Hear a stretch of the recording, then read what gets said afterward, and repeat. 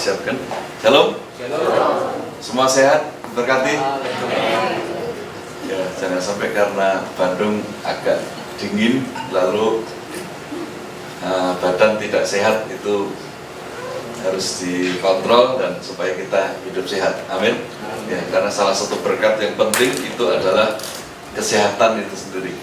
Ya, terima kasih Pak Ishak, ya Ibu yang memberi kesempatan untuk kita belajar bersama malam hari ini.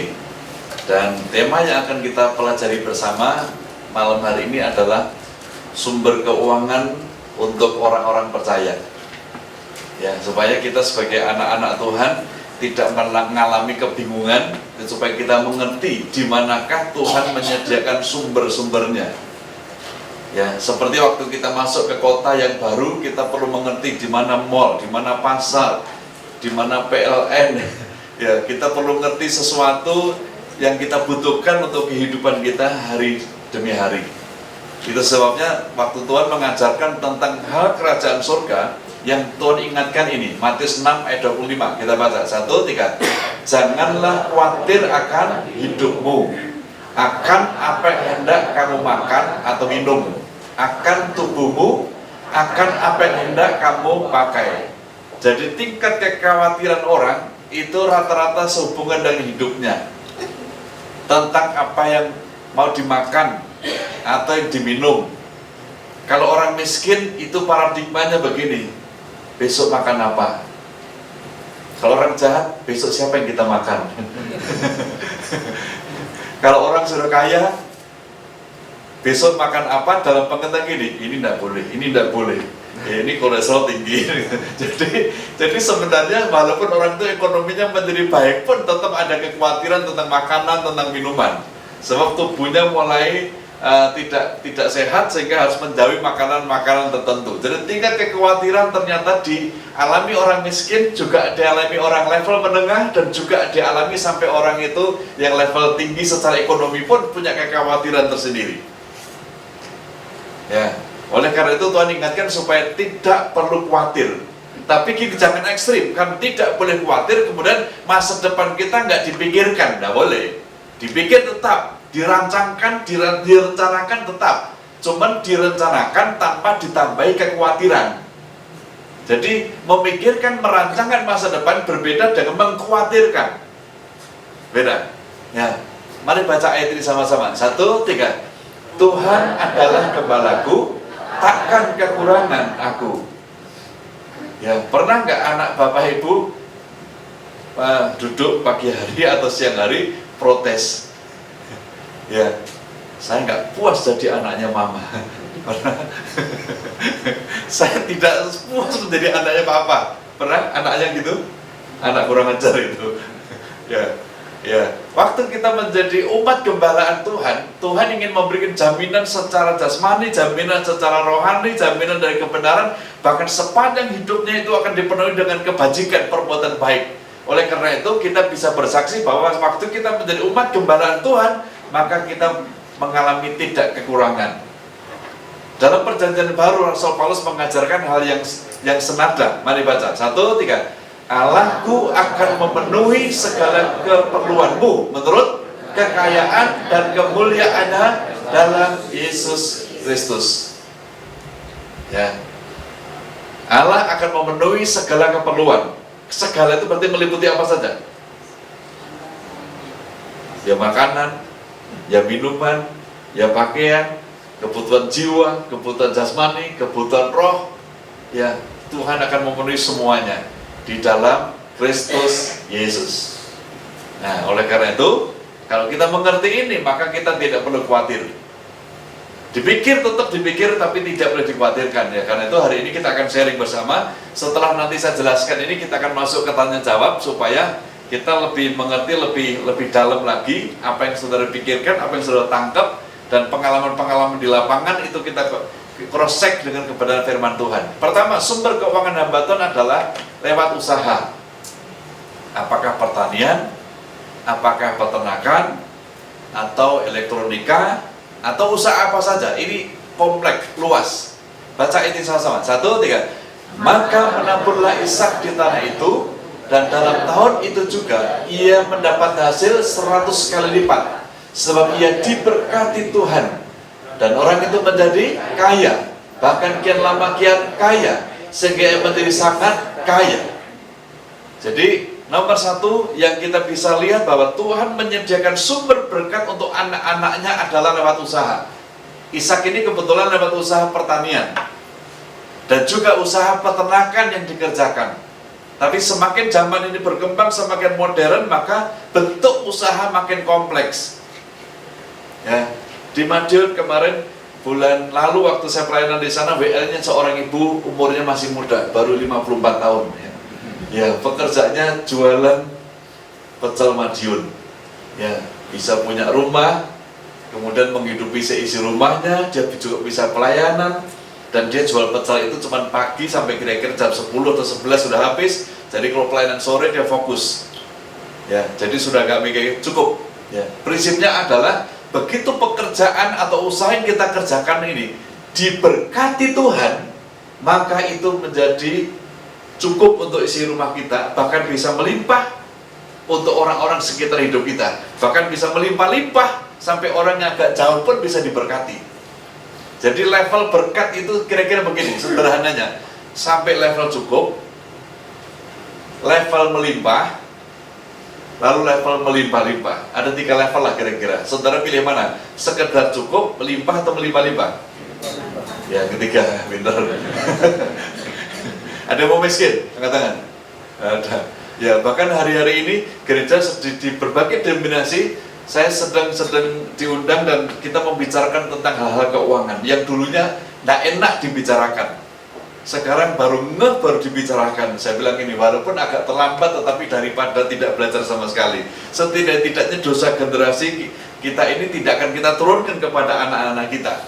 Ya, ini mesti dibicarakan.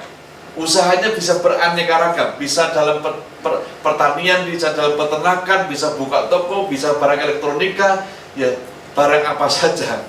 Bahkan termasuk yang urusannya Pak David ini disebut apa Pak ya? Ya itu.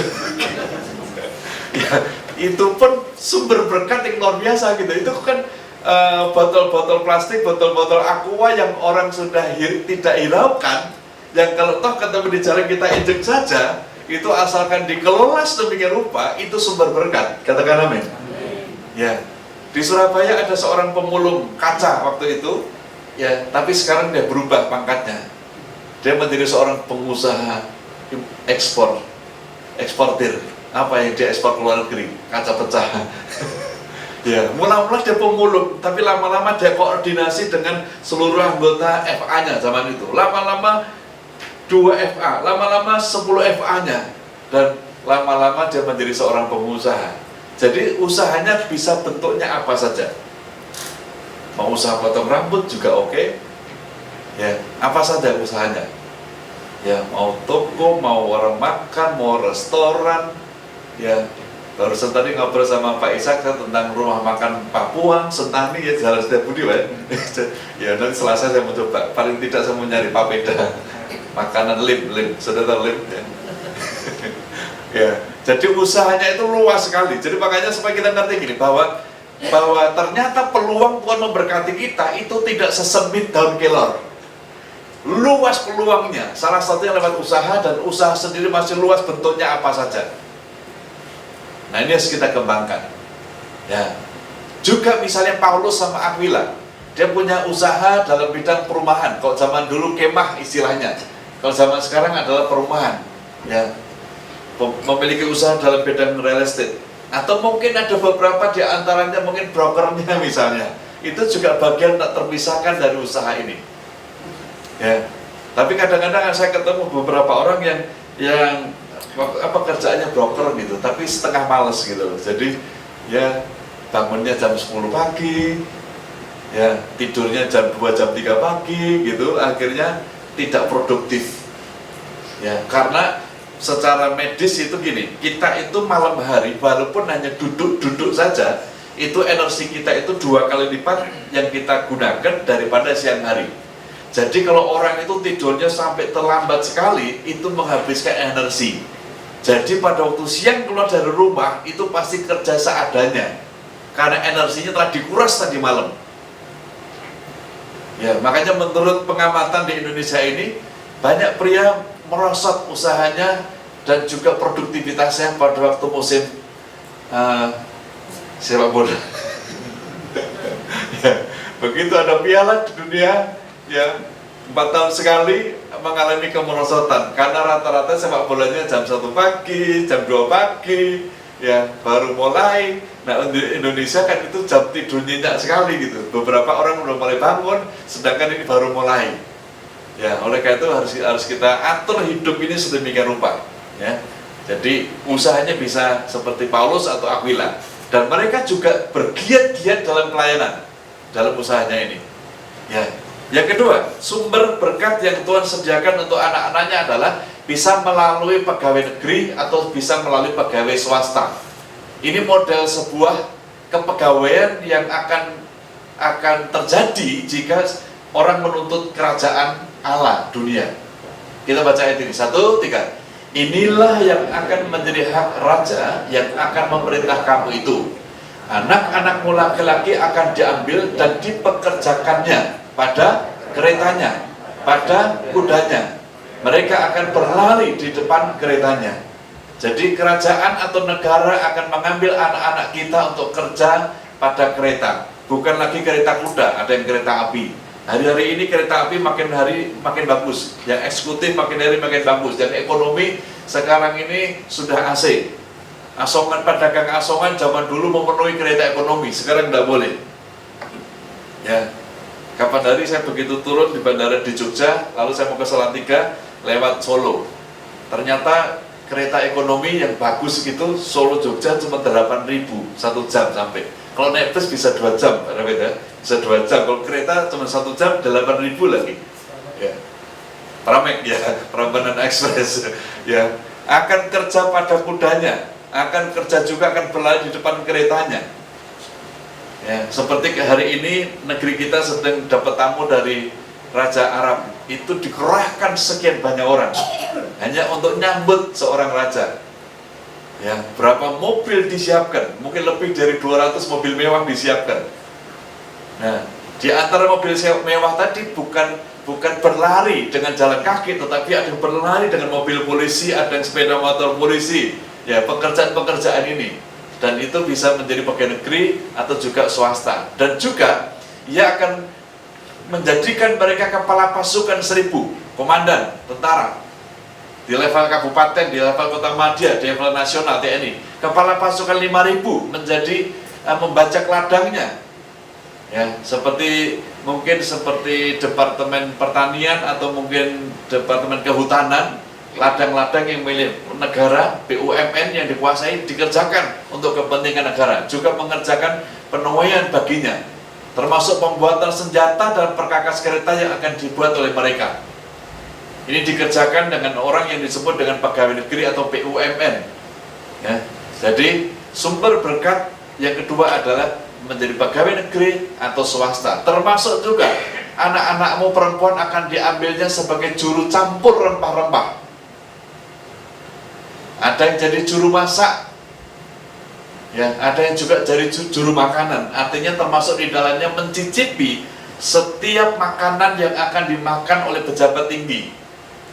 Dulu teman saya di Ambon itu dokter saya, beliau kepala dinas kesehatan Polda Ambon. Jadi pada waktu Presiden Soeharto datang ke Ambon, maka semua makanan yang akan disajikan itu harus steril. Dan makanan-makanan yang dianggap mencurigakan disortir. Jadi akhirnya di rumah beliau setiap ada tamu negara begini, di rumahnya banyak buah karena hasil sortiran tadi. Betul-betul harus. Dan ini bukan ilmu baru, sejak zaman raja-raja di Alkitab juga gitu. Ya, juru minum raja itu harus meminum dulu sebelum raja minum, dipastikan itu tidak ada sianidanya. Ya, itu cara-cara. Ya, mungkin ini luar biasa. Itu yang kita sebut dengan pegawai negeri atau swasta, dan juga akan diambilnya menjadi pegawai-pegawai dan beberapa tanggung jawab yang lain. Intinya begitu. Jadi sumber berkat yang pertama adalah lewat usaha. Yang kedua, dengan menjadi pegawai negeri atau pegawai swasta. Artinya kita kerja kepada pihak kedua dan kita dibayar. Kita bekerja menurut aturannya. Kita kadang-kadang disuruh lari, kadang-kadang disuruh mengerjakan sesuatu. Ya, beberapa akhir-akhir ini anak muda ada sebuah tren kerja di misalnya di kapal pesiar misalnya gitu. Ya, ada anak di Denpasar kerja di kapal pesiar itu gajinya sekitar 25 jutaan. Ya, sehari berdiri untuk cuci piring tidak terlalu lama, cuma 18 jam. Itu jam kerjanya, cuci piring. Kurang lebih itu sehari berarti jatuhnya sekitar 18 jam. Jadi istirahat berapa ini? 6 jam istirahat. Lainnya dipakai untuk kerja nyuci piring. Ya, nyuci. Saya bilang ginilah, 2 atau 3 tahun saya setuju lah. Ya, pokoknya gini, kerjalah di situ sampai menjelang menikah. Jadi waktu mau menikah sudah punya modal ratusan juta karena kamu kerja di kapal pesiar, pekerjaan cuci piring. Ya, gimana kira-kira? Saudara bisa cuci piring sehari 18 jam? Ibu, bayangkan di pagi hari cuci piring, siang hari sama sore saja kan udah berdiri di itu udah capek. Ini 18 jam. Ya, tapi yang menarik adalah bayarannya gitu loh. Ya, ada yang 25, ada yang lebih lagi. Ya, waktu baru lulus sekolah menurut saya masih bagus lah gitu. Jangan nanti setelah menikah baru kerja di kapal, itu teler. Yang ditinggal juga berbahaya, yang pergi juga berbahaya. Jadi mumpung baru lulus saya restui. Nanti kalau setelah punya modal ratusan juta buka usaha sendiri. Ya, itu juga model pekerjaan di abad ini. Ya. Atau mungkin dulu di orang Bondowoso kadang kerja di Amerika itu kerja sortir buah gitu. Siang hari kerja di perusahaan A, malam hari kerjaan B. Ya, cara nyetirnya waduh. Jadi waktu kita di Bondowoso waktu bermain, waduh Pak, kalau kita kerja di Amerika model gini nggak laku kita. Kita betul-betul pulih. Ya, tapi waktu itu saya kerja keras demikian rupa, yang penting pulang ke Bondowoso utang-utang lunas itu aja lah. Pokoknya di sana mau pulih pagi, siang, sore kami siap. Yang penting pulang ke Bondowoso utang lunas. Jadi bayangannya itu di Amerika gampang nyari uang, lalu sekian 5 tahun di Amerika pulang ke Bondowoso lunas utangnya. Wah, setelah di Bondowoso coba kerja gitu lagi, wah nggak mau. Di Bondowoso udah bos kan. Waktu di Amerika berguli. Jadi waktu di Indonesia suruh kerja gitu lagi udah nggak mau. Oke, yang ketiga, salah satu sumber berkat adalah dengan mengerjakan proyek yang dimiliki oleh pemerintah. Salah satu proyek yang sangat besar pada waktu itu adalah untuk mengalahkan Goliat. Ya, saudara masih ingat pada waktu pihak Polri membuat sayembara, siapa yang bisa nangkep Dr. Azhari akan dapat hadiah. Masih ingat? Itu salah satu proyek seperti ini. Ya. Lalu Dr. Azhari waktu itu ketangkep di Batu Malang dalam keadaan mati sebagai salah satu gembong teroris. Nah, waktu itu ini bukan masalah teroris tapi masalah ancaman. Ya, orang Filistin lewat Goliat mengancam bangsa Israel. Dan siapa yang bisa mengalahkannya? Orang yang mengalahkannya kita baca yang merah semua. 1, 3. Orang yang mengalahkannya dia akan dianugerahi raja kekayaan yang besar. Raja akan memberikan anaknya yang perempuan kepadanya, kaum keluarganya akan dibebaskannya dari pajak di Israel. Menarik ini pemberiannya. Dapat pemberian kekayaan yang besar dari raja, mendadak kaya kalau bisa membunuh Goliat. Yang kedua akan jadi menantu raja. Yang ketiga akan dapat amnesti 100% pajaknya. Bahkan keluarganya, kaum keluarganya akan dibebaskan. Jadi dalam laporan tahunannya ditulis nihil, mobilnya plat merah. Ini menarik.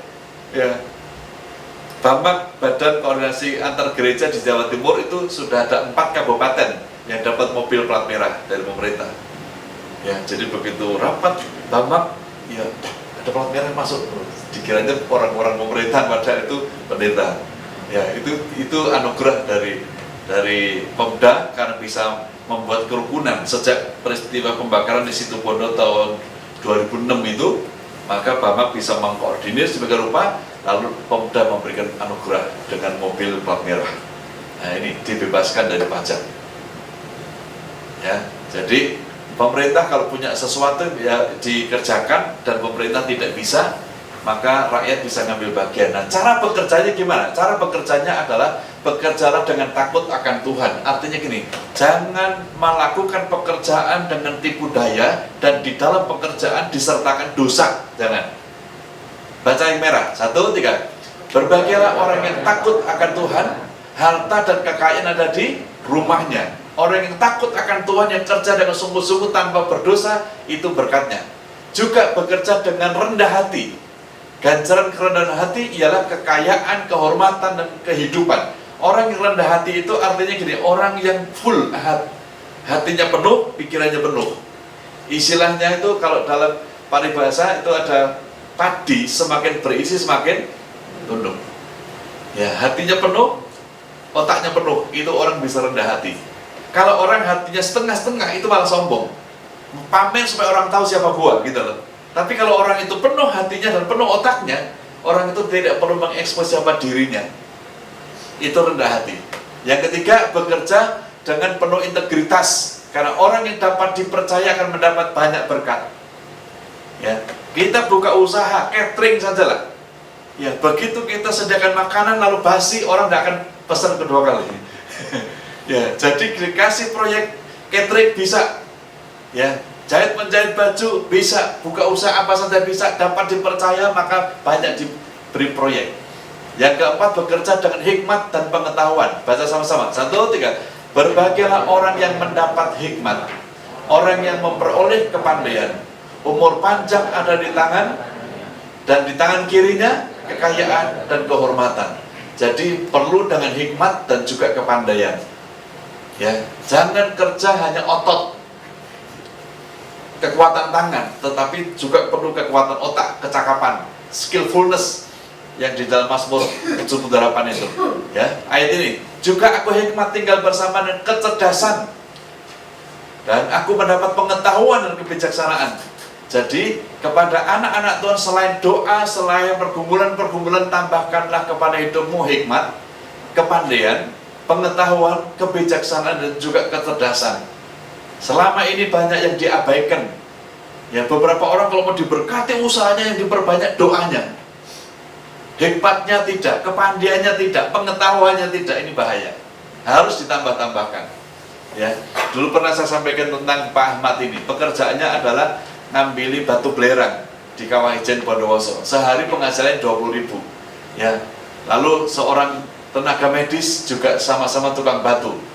Per hari penghasilannya bisa lebih dari 10 juta karena batu ginjal yang diurusi. Ya, sekali operasi, ya dokter sahabat itu dapatnya sekitar satu pasien itu dapatnya sekitar 3 juta. Nah, kalau pagi hari di rumah sakit Sangla operasi 3, 9. Sore hari di rumah sakit swasta 2, ada 5. 5 kali 3 udah 15. Nanti praktek sore di tempatnya ada pasien-pasien lagi, berkahnya banyak. Ya, yang membedakan adalah hikmatnya beda, pengetahuannya beda, kecerdasannya beda.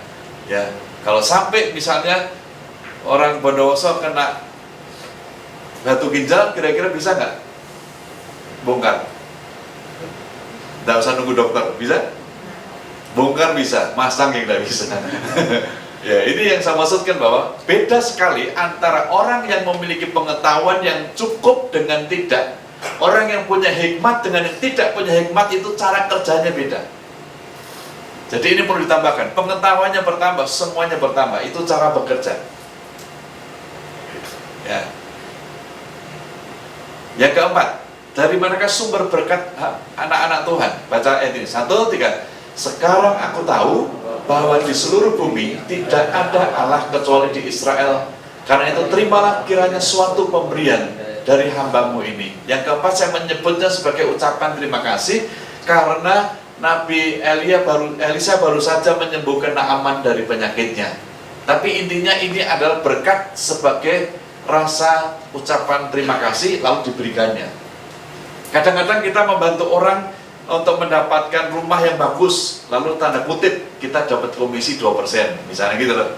Itu kan tanda ucapan terima kasih yang sudah memasyarakat.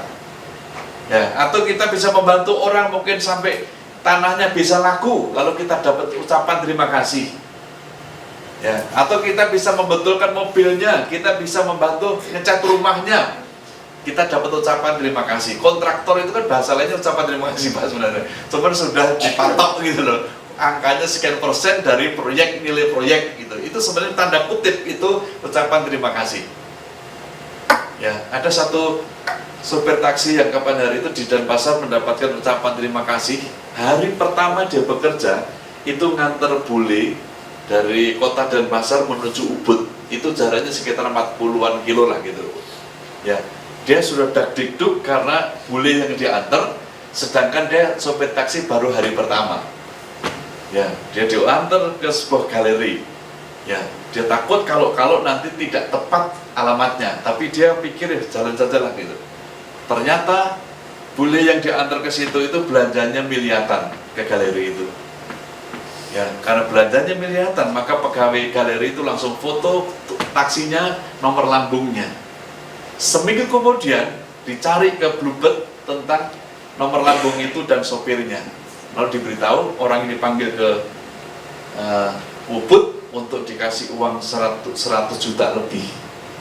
Dia kaget, dia gemetar, dia putut ya, karena sebagai sopir mau dapat uang 100 juta lebih. Gemetar dia, wah takut dikiranya uang soko, wah takut dia. Ya, dia orang baru jadi belum ngerti bahwa cara kerja orang Bali itu sportif. Kalau Anda bawa tamu maka Anda akan dapat komisi 2%. Minta atau tidak minta tetap dikasih. Ya, mungkin kalau di Jakarta mungkin sopirnya nggak minta komisi, lupakan aja kan gitu. Tapi ini Bali lain, mereka mungkin takut karma, jadi dapat. Saya pikir itu rezeki. Ternyata sopir ini punya pergumulan khusus sehingga dia harus bekerja ini. Itu maksud saya. Jadi ucapan terima kasih kan luar biasa bagi seorang sopir taksi. Pada hari pertama kerja sudah dapat ucapan terima kasih lebih dari 100 juta. Kalau itu nabung, saudara bisa hitung itu. Sopir taksi nabung 100 juta butuh waktu berapa lama? Tapi ucapan terima kasih cuma sekali. Saudara sering dapat seperti ini, berkat seperti ini? Kalau saudara suka nolong orang baru dapat. Tapi kalau cuma minta tolong orang, kan malah saudara yang bayar gitu. Tapi kalau kita suka nolong orang, kita sering dapat ucapan terima kasih seperti ini. Ya. Saya sebagai hambatan sering pekerjaan hambatan kan nolong orang, mendampingi orang, mendoakan orang gitu, sehingga lumayanlah volume begini gitu. Pernah waktu itu pas saya ke Samarinda, saya mendoakan sebuah tanah, lalu dalam waktu 2 minggu laku tanah itu. Ya Pak, sebagai tanda kenang-kenangan Bapak mau minta apa di sini? Lalu saya kebetulan pas di toko raket, ya itu ada raket yang build up yang di Jepang punya. Waktu itu harganya 5 juta, itu udah paling bagus lah zaman itu. Ya sini selama ini raket saya harga 300 ribuan kan berat gitu, nggak enak gitu.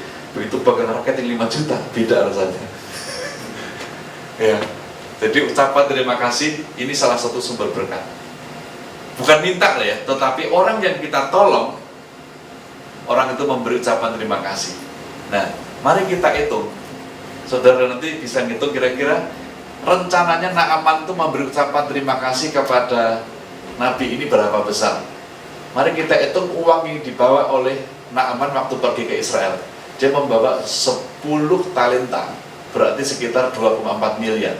Lalu membawa 6.000 sikal emas, jadi kurang lebih 26,4. Berarti dia pergi ke Israel itu membawa uang kurang lebih 28 miliar. Kalau dirupiahkan. Kalau pergi ke Malaysia membawa uang 28 miliar, ternyata sampai di Malaysia berobat gratis, sembuh seketika. Lalu kepada Nabi itu saudara memberi ucapan terima kasih. Berapa kira-kira? Berapa persen dari uang yang dibawa? Ya besar lah, paling tidak kan? Tapi puji Tuhan Nabi ini menolak. Ya. Lalu akhirnya dimanfaatkan oleh Gehazi.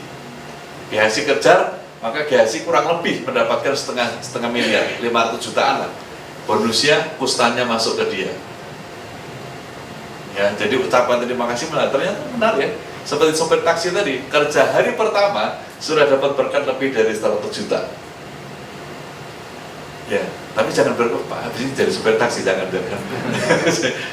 Maksudnya gini, setiap profesi yang Bapak Ibu geluti, di dalamnya Tuhan itu bermaksud memberkatinya. Amin. Yang penting kita hidup sebagai orang yang berkenan, supaya segala yang dikerjakan tangan kita diberkati oleh Tuhan. Kalau hidup kita tidak berkenan, maka yang dikerjakan tangan kita tidak diberkati. Tapi kalau kita hidup berkenan, pelayanan kita berkenan kepada Tuhan, maka segala yang kita kerjakan itu diberkati. Ya. Yang kelima, sumber berkat anak-anak Tuhan dari mana? Sesuatu yang kita terima tanpa bayaran, alias gratis. Kita baca, 1, 3. Hai orang yang tidak mempunyai uang, marilah terimalah gandum tanpa uang pembeli, dan makanlah juga anggur dan susu tanpa bayaran. Ya, jadi seringkali ada sesuatu yang kita terima yang harusnya kita keluar uang, tapi kita tidak keluar uang. Itu yang saya sebut sebagai menerima sesuatu tanpa bayaran. Ya, selama ini berapa di antara saudara yang seumur hidup belum pernah menerima sesuatu yang gratis? Tangan-tangan, yang belum pernah. Oh, pernah, semua pernah kan? Ya, pernah terima baju gratis? Handphone gratis? Pak David apa yang sering? Baju gratis? Sepatu gratis? Oh, banyak gratis aja. Iya, bukan nyari-nyari gratisan ya, bukan ya? Ya, jadi begitu makan ke rumah makan dengan teman-teman lalu lama di kamar mandi, bukan itu, bukan. Bukan itu kan nyari-nyari. Akhirnya maksudnya Tuhan yang memberkati sampai kita menerima sesuatu tanpa membayar gitu loh. Tuhan yang menyediakan. Ya, kita mungkin bepergian sudah sediakan uang, lalu sampai ternyata orang lain yang digerakkan Tuhan membayari kita, itu berkat. Ya, jadi ini yang saya sebut bahwa dari zaman dulu Tuhan sudah mengadakan ini. Ya, Tuhan memberikan kita beras, Tuhan memberi kita kan makanan, pakaian yang kita perlukan, sepatu mungkin, atau mungkin cincin, mungkin apa gitu. Ya, dulu itu pernah saya dari waktu pas pelayanan ke Sulawesi Utara, ya, ada seorang ibu yang keluarganya itu sudah pisah ranjang sekitar 6 bulan, tidak ada yang tahu. Begitu ketemu saya bongkar, lalu mereka bisa berdamai lagi. Lalu begitu saya mau naik kapal, saya dikasih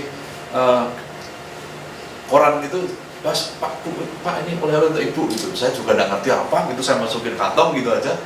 Begitu sampai di rumah istri saya ternyata 10 gram. Wah, untung saya taruh di kantong agak rapat gitu. Saya kan nggak tahu isinya apa gitu, buru-buru mau naik kapal ini. Ya, lalu orang mau manggil-manggil. Ya, saya pikir itu namanya terima tanpa bayaran. Ya. Contoh lain kita baca, 1, 3. Akulah yang menggerakkan Kores untuk maksud penyelamatan, dan aku akan meratakan segala jalannya. Dialah yang akan membangun kotamu tanpa bayaran dan tanpa suap. Firman Tuhan semesta alam. Ya, jadi Tuhan bisa menggerakkan kita menerima sesuatu tanpa bayaran, makanan, minuman, semuanya. Dan juga Tuhan bisa membuat rumah yang kita bangun, kota yang kita bangun tanpa bayaran. Ya, zaman gini kira-kira rumah gratis masih ada nggak? Masih. Ya, kapan hari saya pernah tunjukkan gambarnya itu. Ada orang Thailand, seorang pengangguran, di dompetnya hanya sekitar 300.000. Tapi waktu dia menemukan dompet yang isinya sekitar 6.000, dia kembali ke dompet itu kepada pemiliknya. Dan pemiliknya seorang pengusaha muda usia 28 tahun, lalu mengangkat bapak ini jadi karyawannya dan dikasih 1 rumah. Hanya karena mengembalikan dompetnya yang isi 6 juta, tidak hilang sama sekali. Maka dia dapat ucapan terima kasih 2. 1 pekerjaan, yang kedua rumah. Ya, berarti rumah gratis masih ada. Katakan amin. Siapa yang belum punya rumah? Katakan. Ya. Yang sudah punya uang beli, yang belum punya uang terima sertifikatnya. Amin. Iya. Saya 1,5 tahun di Bandung, kami sudah beroleh kemurahan hati bisa beli. Ya, saudara yang 10 tahun di Bandung belum beli kan? Kalau cepat sedikit kan. Keong lahir langsung punya rumah, Bekecot lahir langsung punya rumah. Jadi kalau anak-anak punya baik ya.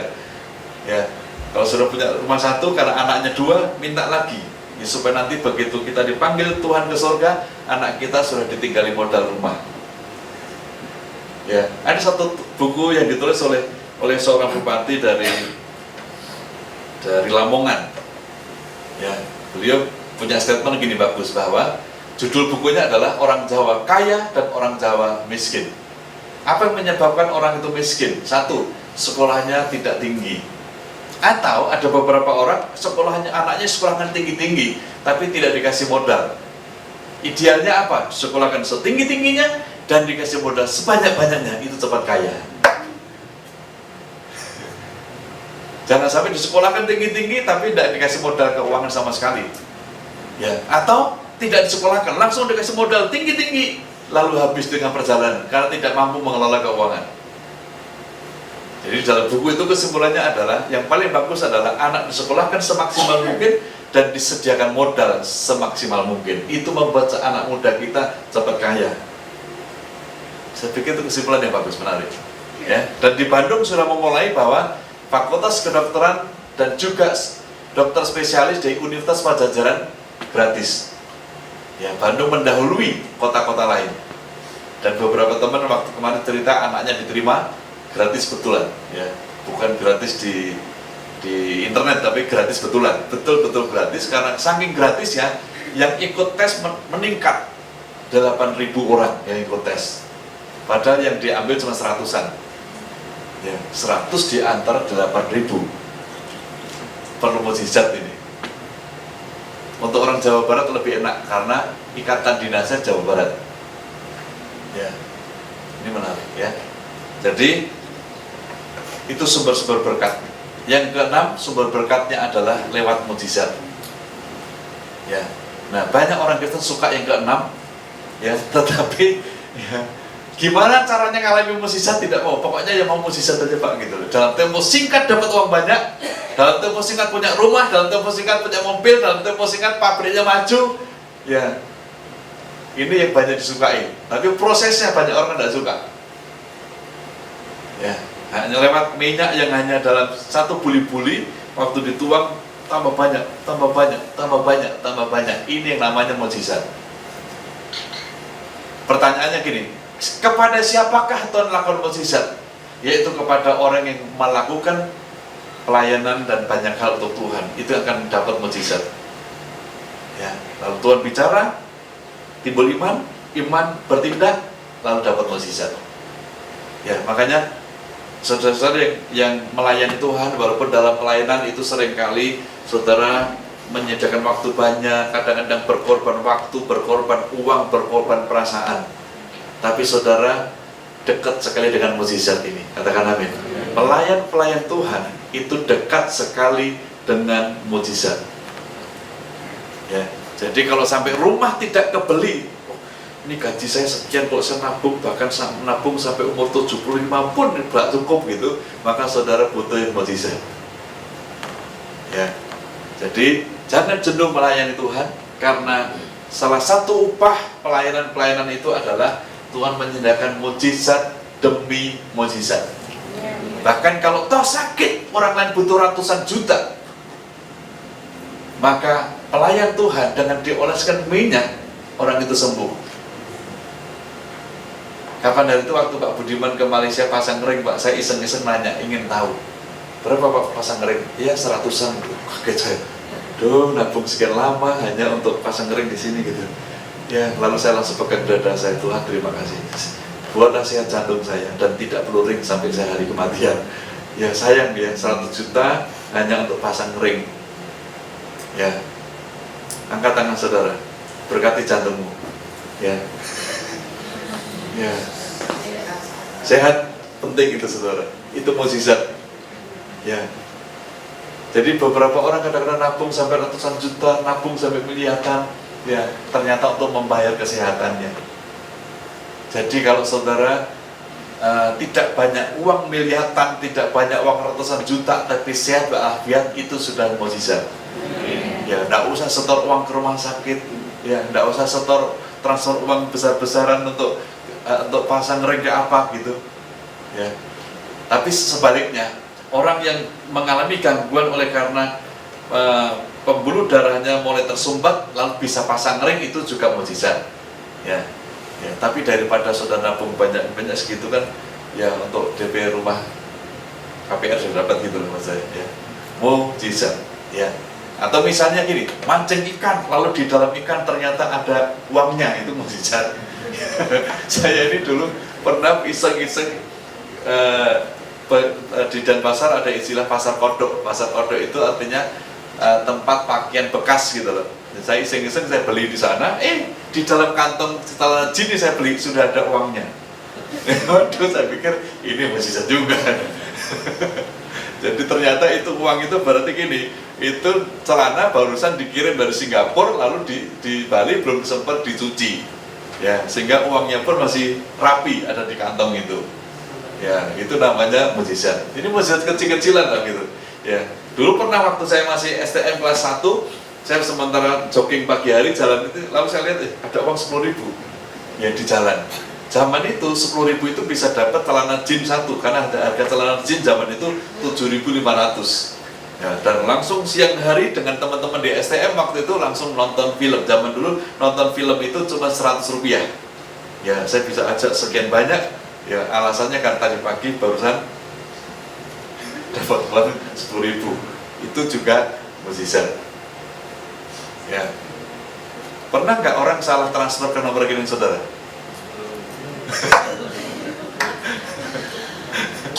Ya pokoknya maksud saya gini, mukjizat itu beraneka ragam. Dapat kesehatan itu mukjizat, dapat rumah gratis itu juga mukjizat, dapat handphone gratis itu juga mukjizat. Ya, mukjizat banyak lah pokoknya yang kita butuhkan. Ya, itu yang keenam. Yang ketujuh, ya, sumber berkat ini bukan dari Tuhan kok. Tapi kan faktanya ada gitu, bahwa menipu itu juga dilakukan oleh orang Kristen. Ya, karena itu kita akan belajar dari sini bahwa Gehazi dia menipu. Waktu Elisa menolak diberikan hadiah oleh Naaman, maka dia memanfaatkan peluang ini. Dia berkata sama Naaman, "Tuanku Elisa menyuruh aku mengatakan." Padahal Elisa tidak nyuruh ini. Ya, baru saja datang kepadaku 2 orang muda dari pegunungan Efraim dari antara rombongan nabi. Baiklah, berikan kepada mereka setalenta perak dan 2 potong pakaian. Yang kalau dirupiahkan ini nilainya di atas 500 juta. Ya, di atas 500 juta kalau dirupiahkan. Ya, tetapi karena dia sudah menipu, maka Elisa mengatakan kepada Gehazi, maka penyakit Naaman pindah ke dia. Ya, makanya kita jangan menipu. Ya, beberapa orang kadang-kadang dengan tipu daya. Saya kemarin kaget waktu sementara orang konseling, ya Pak, saya mau minta, waktu kami habis seminar keuangan, jadi pertanyaan, Pak, gimana Pak kalau misalnya Pak ada orang sesama teman di gereja datang ke rumah untuk pinjam uang, ya karena ini orang Kristen, maka pendahuluannya rohani. Dia bilang begini, saya punya pergumulan berat beberapa hari terakhir ini, dan Tuhan menjawab saya dengan penglihatan. Saya mendapatkan penglihatan supaya untuk mengatasi kesulitan hidup saya ini, saya datang ke rumah Taji. Ya, kesulitannya apa? Begini, total sekian puluh juta. Ya, datang ke ibu ini, lalu dipinjemi. Karena dia pengurus gereja, sehingga dipinjemi. Waktu ditagih, loh, Cik, saya kan nggak pinjem. Loh, waktu itu, loh, saya hanya cerita. Kan saya hanya cerita, kata gitu. Kan saya nggak pinjem loh. Waduh. Ini cara menipu gaya baru. Ya, jadi dia cerita, lalu orang yang pelayan Tuhan ini iba dipinjemi. Jadi karena dia merasa minjem, kemudian hari dia tagih. Waktu ditagih, loh saya nggak minjem, kan saya hanya cerita. Saya pikir ini luar biasa cara menipunya. Ya, apalagi dia menggunakan statement bahwa ini hasil penglihatan dari Tuhan, sehingga datang ke Taci untuk mendapatkan pertolongan. Dia pikir kan mau pinjem gitu loh, dipinjemi. Setelah dipinjemi ternyata, loh kan saya nggak pinjem, kan hanya cerita. Waduh, ya. Kalau di Bondowoso itu seringkali untuk pembangunan masjid itu teman-teman itu membuat kotak di pinggir jalan, ya, dikumpulin dari masyarakat untuk bangun masjid. Ya. Kalau di Sulawesi Utara ada lebih ganas caranya. Begitu ada mobil lewat, hadang di tengah jalan. Oh, mau diberkati Tuhan? Oh iya dong, nabur dulu. Wah, gitu. Waduh, saya pikir mengalahkan sistem Bondowoso. Cara menipu itu beraneka ragam. Menggunakan kemuncing juga bisa. Ya, itu kan dia tidak bermaksud membersihkan kaca kita. Ya, begitu dikasih berangkat itu pergi. Ya, lalu pakai kita kecil namanya kan, ukulele gitu. Dia itu bukan pemain musik, dia tidak bisa main ukulele, tapi dia dapat itu menipu saudara. Ya, kalau ngamen itu betul-betul nyanyi satu lagu. Ya, pernah Salatiga itu kami pas makan sarapan soto dengan teman-teman dari Bali waktu itu, ada pengamen nyanyi rohani. Wah, enak ini sudah gini aja. Nyanyi terus sampai kami selesai makan. Nanti kami kasih banyak gitu loh. Sambil kita makan maka nyanyi lagu-lagu rohani, habis itu kita kasih. Ya. Jadi ini sering masih digunakan beberapa orang tua, anak Tuhan ya. Yang lebih ngeri adalah perampok atau begal. Ya, ada seorang yang turun dari Yerusalem ke Yeriko, ia jatuh ke tangan penyamun atau perampok. Kira-kira orang Kristen dari perampok masih ada nggak? Masih. Merampok terang-terangan ada, yang merampok secara sembunyi-sembunyi lalu ketangkep basah oleh KPK, itu juga sama saja, itu merampok. Ya, tapi usul saya adalah yang 7 sama 8 lupakan.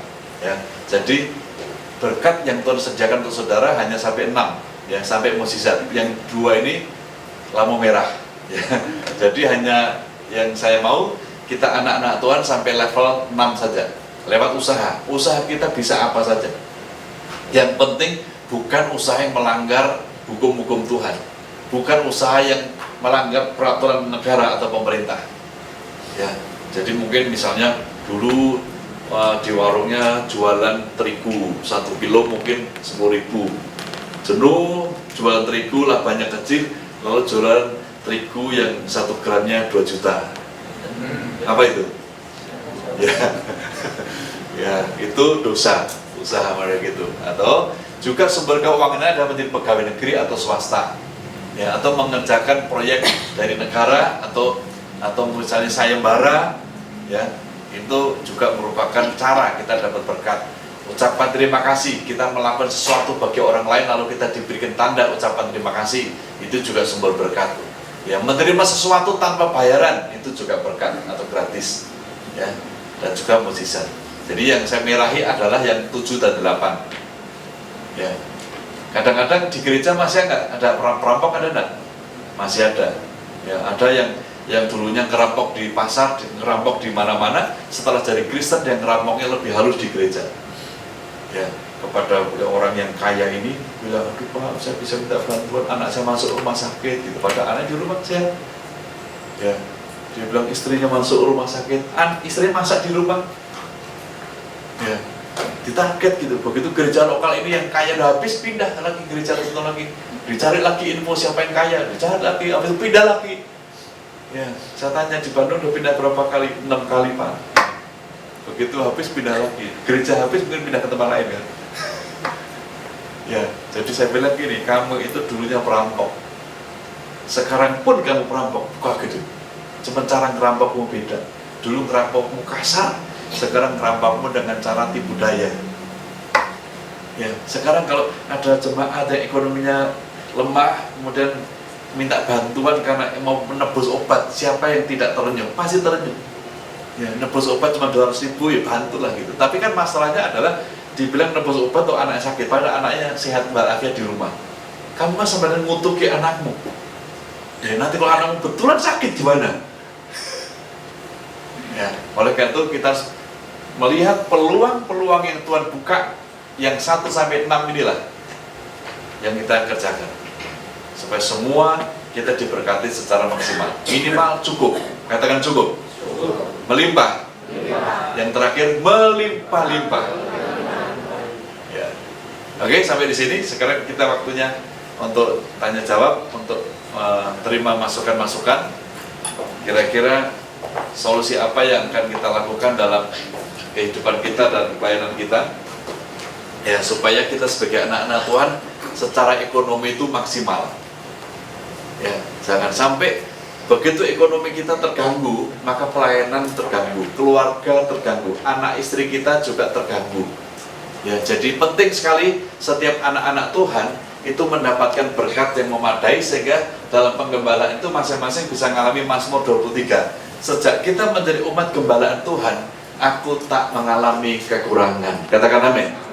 Ya, sehatnya, dapat cukup ekonominya, dapat anaknya sekolah, dapat kuliah, dapat. Pak, kalau misalnya menguliahkan anak tidak bisa, cari universitas yang tanpa bayaran. Masih ada? Masih ada. Di Amerika beberapa universitas yang untuk orang asing gratis, ada kan Pak?